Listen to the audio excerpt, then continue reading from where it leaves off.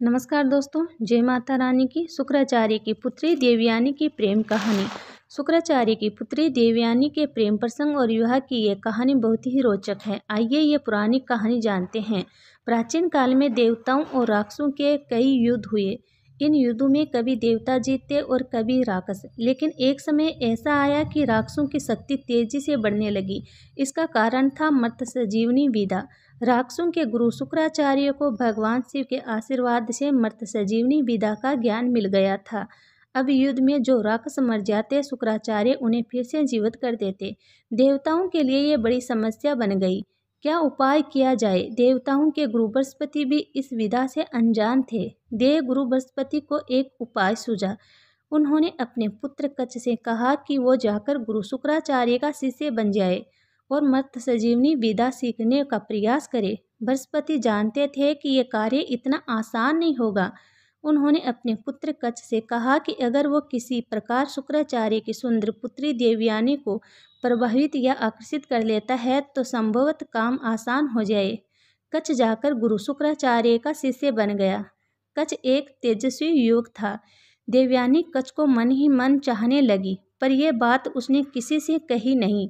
इसी बीच राक्षसों को यह बात पता चल गई कि देवताओं के गुरु का पुत्र कच्छ शुक्राचार्य से शिक्षा ले रहा है। राक्षस समझ गए कि कच्छ का उद्देश्य तो मर्त संजीवनी विद्या का ज्ञान पाना है। राक्षसों ने निर्णय लिया कि कच्छ का जीवित रहना विनाशकारी हो सकता है, अतः वो चुपचाप कच्छ को मारने की योजना बनाने लगे। एक दिन राक्षसों ने कच्छ को पकड़कर उसका वध कर दिया। देवयानी ने जब यह जाना तो उसने रो रो कर पिता से कच्छ को पुनः जीवित करने की याचना की। शुक्राचार्य देवयानी का कच्छ के प्रति प्रेम समझ गए। हार कर उन्होंने कच्छ को जीवित कर दिया।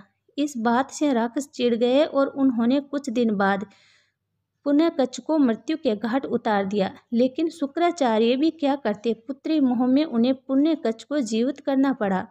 अब तो राक्षस क्रोधित ही हो गए। उन्होंने सोचा जो भी हो जाए कच्छ को रास्ते से हटाना ही होगा। उन्होंने तीसरी बार कच्छ को मार डाला। इस बार राक्षसों ने चालाकी की। राक्षसों ने कच्छ को मारकर उसके शरीर को जला दिया और राक्षस को एक पेय में मिलाकर अपने गुरु शुक्राचार्य को ही पिला दिया। राक्षसों ने सोचा चलो अब तो छुट्टी हो गई कच्छ की। देवयानी ने जब कच्छ को कहीं नहीं पाया तो वह समझ गई कि क्या हुआ होगा। देवयानी ने पुनः अपने पिता शुक्राचार्य से विनती की कि वो कच्छ का पता करे। शुक्राचार्य महान ऋषि थे। उन्होंने अपने तपोबल की शक्ति से कच्छ का वाहन किया तो उन्हें खुद के पेट से कच्छ की आवाज़ आई। शुक्राचार्य दुविधा में पड़ गए कि अगर वो कच्छ को जीवित करते हैं तो वो स्वयं मर जाएंगे। अतः उन्होंने कच्छ की आत्मा को मर्त संजीवनी विद्या का ज्ञान दे दिया। कच्छ अपने गुरु शुक्राचार्य का पेट फाड़कर बाहर आ गया और शुक्राचार्य मर गए। कच्छ ने मर्त संजीवनी विद्या का प्रयोग किया और गुरु शुक्राचार्य को जीवित कर दिया। कच्छ ने शुक्राचार्य को जीवित करके शिष्य के धर्म को निभाया। अतः शुक्राचार्य ने कच्छ को आशीर्वाद दिया। देवयानी कच्छ को देखकर अत्यंत प्रसन्न हुई और उसने कच्छ से विवाह करने की इच्छा जताई। जवाब में कच्छ ने सत्य का उद्घाटन किया कि यहाँ आने का उसका उद्देश्य मर्त संजीवनी विद्या का ज्ञान तो पूरा हो चुका है, अब वो वापस देवलोक जा रहा है। इसके साथ ही कच्छ ने यह भी कहा कि क्योंकि वो शुक्राचार्य के पेट से निकला है अतः शुक्राचार्य उसके पिता समान हुए। इस प्रकार देवयानी कच्छ की बहन हुई, इसलिए वो अपनी बहन से शादी कैसे कर सकता है। देवयानी को इस बात से गहरा आघात पहुंचा। क्रोध और शोक में देवयानी ने कच्छ को श्राप दिया कि वो कभी भी मर्त संजीवनी विद्या का प्रयोग नहीं कर पाएगा। कच्छ इस बात से चिंतित रह गया। चिढ़कर उसने भी देवयानी को श्राप दिया कि वो जिस भी व्यक्ति से विवाह करेगी उसका चरित्र अच्छा नहीं होगा। कच्छ के चले जाने के बाद देवयानी व्यथित मन से जीवन व्यतीत करने लगी।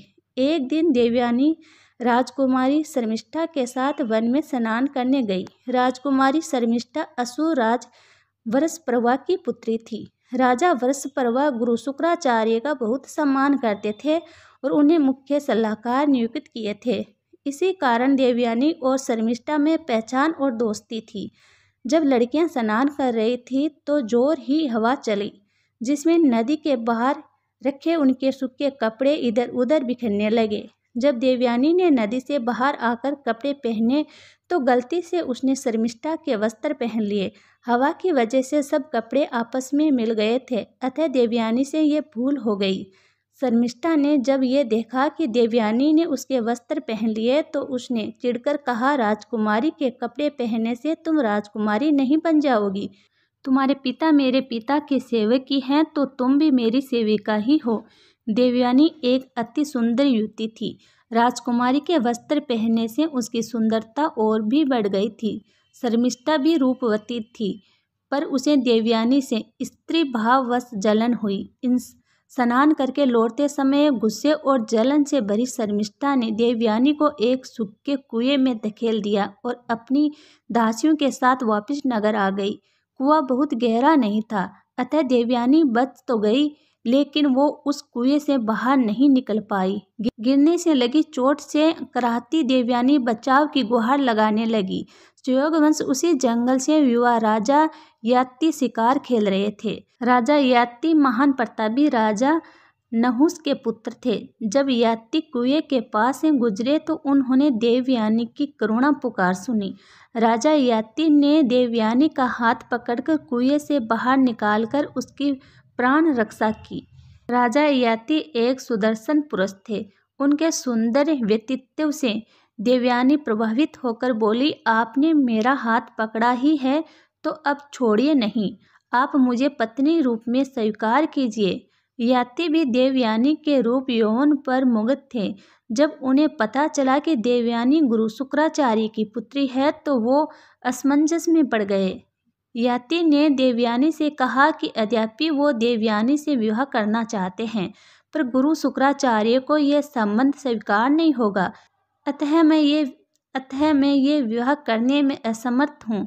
ये कहकर दुखी मन से राजा याति ने देवयानी से विदा ली।